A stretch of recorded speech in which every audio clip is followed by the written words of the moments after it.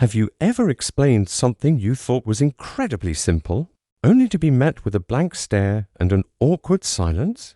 Or maybe you've finished a complex project with ease, much faster than anyone else, and when someone praised you, wow, that's amazing, your first internal reaction was, oh, it was nothing. Anyone could do it. If these scenarios feel familiar, you might not just be humble. You might be suffering from a quiet curse, one that comes not from incompetence, but from your own competence. In this video, we're going to flip one of psychology's most famous effects on its head to uncover why the smartest, most talented people in the room are often the worst at seeing their own value. And more importantly, we're going to lay out a detailed, actionable blueprint to break that curse for good. Most of us have heard of the Dunning-Kruger effect. It's become part of pop culture. The idea that low-ability individuals tend to suffer from illusory superiority, unconsciously overestimating their own abilities. It's the story of people who confidently speak on subjects they know nothing about. But that's only half the story, and arguably, it's the less interesting half. In their original 1999 study, psychologists David Dunning and Justin Kruger discovered an inverse, far more insidious truth. When they tested their top-performing participants, the people in the top 25th percentile for logic, grammar, and humor, they found a consistent pattern. These true experts systematically underestimated their own competence. They assumed they were merely average when in fact, they were exceptional. And right away, you might be thinking, oh, that's imposter syndrome. But it's not. Let's pause for a moment. Imposter syndrome is the feeling that you're a fraud, the emotional fear that you'll one day be found out. This is something different. It's not a feeling. It's a miscalculation, a cognitive glitch, a blind spot created by your own expertise. We call it the curse of competence. The core symptom of this curse is that very thought, this is easy, because for you, with your thousands of hours of deliberate practice and accumulated experience, it is easy. And your brain, in its quest for efficiency, makes a critical error. It assumes that if it's easy for you, it must be easy for everyone else. The feeling of being undervalued, of not being recognized, doesn't start with your boss, your clients, or your colleagues. It starts with this fundamental miscalibration right inside your own mind.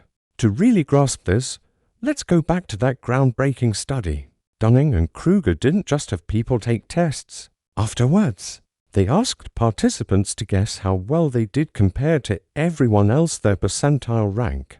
The bottom quartile performers, those with the lowest scores, guessed they were above average, around the 62nd percentile. In reality, they were at the 12th. This is the peak of unfounded confidence. But look at the top-tier group. The performers who actually scored at the 86th percentile guessed they were only at the 68th. They knew they were better than average, but they had no idea how much better. They lost 18 percentage points of their own value in a cognitive gap. Dunning and Kruger called the dual burden of the incompetent. They are not only unskilled, but also lack the metacognitive ability to recognize their own lack of skill. From this, we can define the solitary burden of the competent. They have the skill, but they lack the metacognitive ability to recognize how rare their skill is in the general population. So, our formal definition of the curse of competence is a cognitive bias where a highly skilled individual cannot accurately differentiate their own automated knowledge and skills from the knowledge and skills of others, leading to a systematic underestimation of their own relative ability and the value of their contributions. So, what's the psychological engine driving this systemic error? It isn't modesty. The primary culprit is another powerful cognitive bias known as the curse of knowledge. The curse of knowledge is the phenomenon where people who are well informed on a topic find it extremely difficult to imagine what it's like for someone to not know what they know. The most classic example comes from a 1990 psychology experiment by a Stanford graduate student named Elizabeth Newton. She divided participants into two groups, tappers and listeners. The tappers' job was simple: tap out the rhythm of a very famous song, like Happy Birthday or Jingle Bells. The listeners' job was to guess the song. Before they began, Newton asked the tappers, What percentage of the time do you think the listeners will guess correctly? They confidently predicted a 50% success rate. Seems reasonable, right? The actual result? Out of 120 songs tapped, the listeners guessed correctly only 3 times.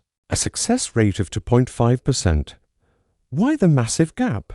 Because when the tapper was tapping, they couldn't help but hear the melody in their own head. The tune was obvious, self-evident to them. They couldn't imagine that to the listener. All they were hearing was a series of disconnected, meaningless taps. This is exactly what happens to experts. You are the tapper. Your expertise is the melody you can't not hear. When you write a piece of clean code, design a beautiful layout, or negotiate a complex contract, you are hearing the melody of thousands of hours of practice. You can't unknow what you know. Your knowledge has become second nature, and you forget the long, hard period of time when you didn't know it. This makes you a terrible communicator, negotiator, and self-evaluator, because you're judging the world based on a melody only you can hear. Okay, I get it. You might be thinking, but this still sounds a lot like imposter syndrome. Is there really a difference? Yes, and the distinction is critical. Misdiagnosing the problem leads to applying the wrong solution. Let's clarify this carefully. Let's start with imposter syndrome. This is a primarily emotional experience. At its core is fear. The fear of being exposed, of being found out as a fraud. The inner monologue of someone with imposter syndrome is, "I've fooled them. I don't deserve this success." They could find out the truth at any moment. The focus is entirely internal, on a perceived personal inadequacy. I am not good enough. The solution for it requires validation, therapy, and rebuilding self-worth. Now, let's look at the curse of competence. This is not an emotional experience, but a cognitive error. It's not rooted in fear, but in a flawed assumption. The inner monologue here isn't "I'm not good enough," but rather "Isn't this easy for everyone?" Its focus is not internal, but external, a miscalculation of others' abilities. It assumes, "I bet Sarah from accounting could do this too if she had the time." So, here's the core difference. Imposter syndrome is a false story you tell yourself about yourself. The curse of competence is a false story you tell yourself about others. It's entirely possible to suffer from both at the same time. You can feel like a fraud and assume your work is easy, but separating them allows us to attack the problem with precision. Curing imposter syndrome requires emotional work. Curing the curse of competence requires an external, data-driven strategy. So, why does this matter? The consequences of this curse aren't just a bit of extra modesty. They eat away at your career, your finances, and your mental health. Under-earning and financial stagnation, this is the most obvious impact.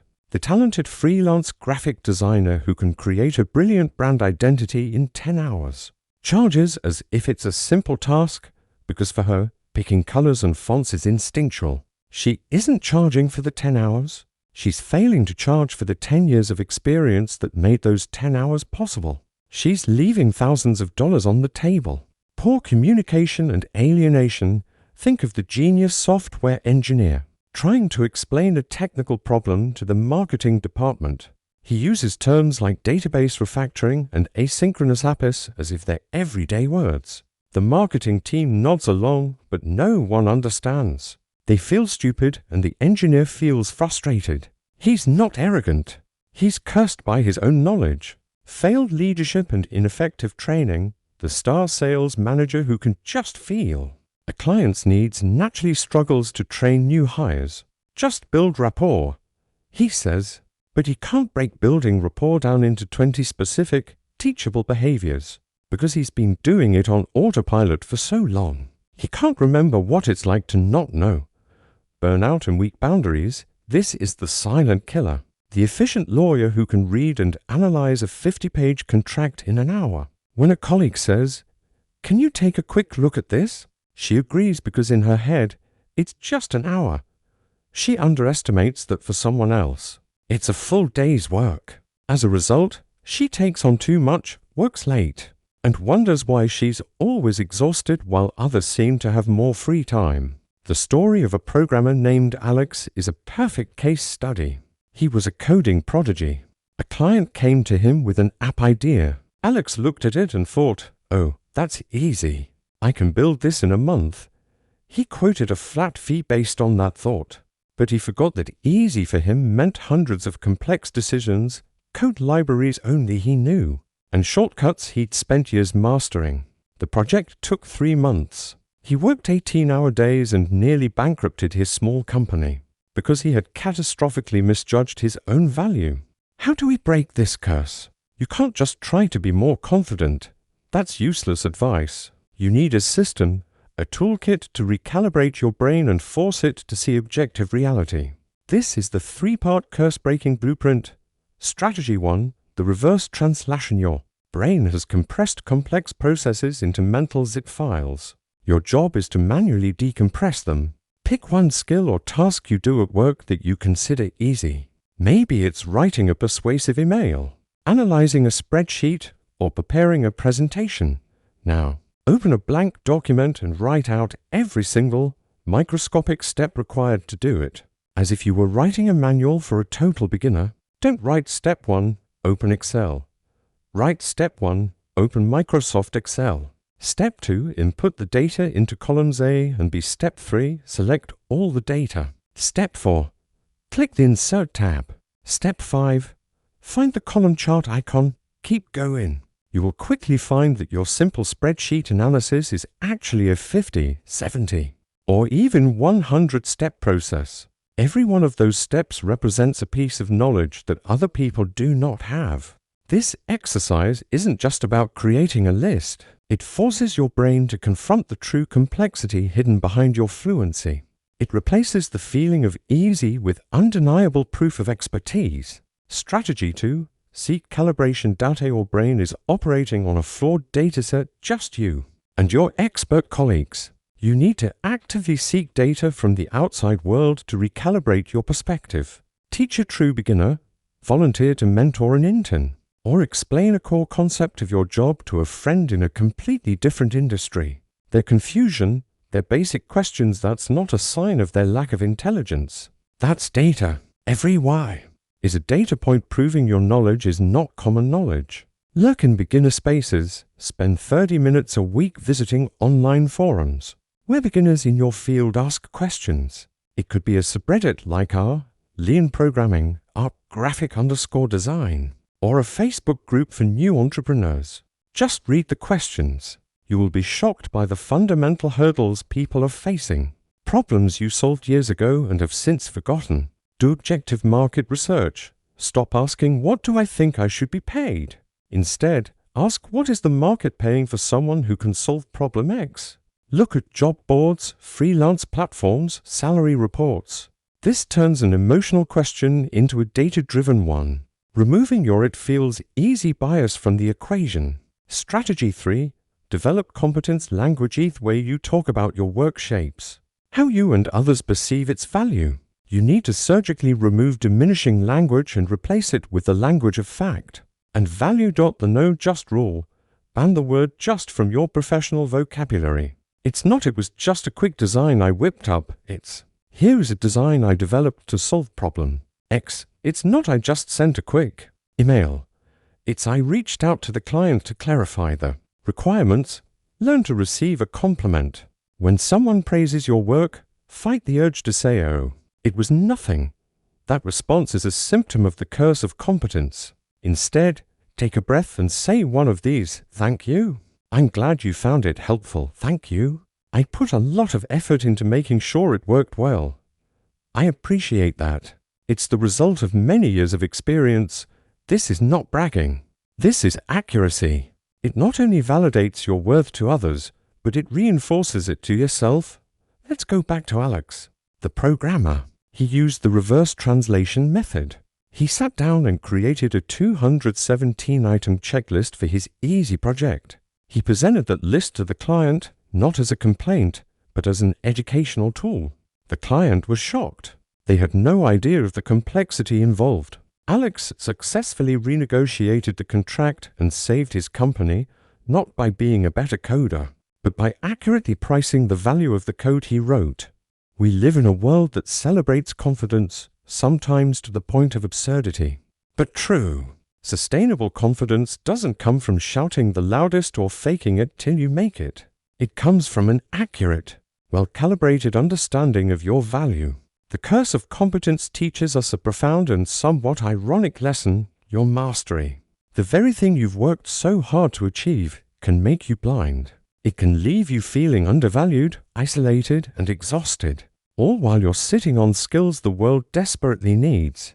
But by recognizing it not as a personal failing, but as a predictable cognitive glitch, you can begin the process of breaking the curse. This blueprint, the reverse translation, seeking calibration data, and developing competence language isn't about becoming arrogant. It's about becoming accurate. The Dunning-Kruger effect isn't just a funny story about ignorant people.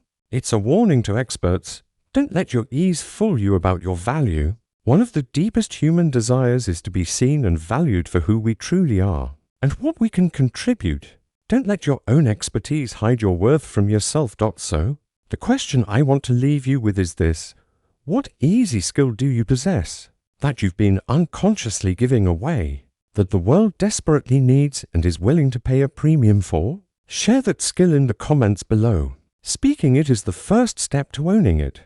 And if this video helped you recalibrate your own worth, even a little, hit that subscribe button and join the Psych Blueprint community, where we decode the mind to live better lives.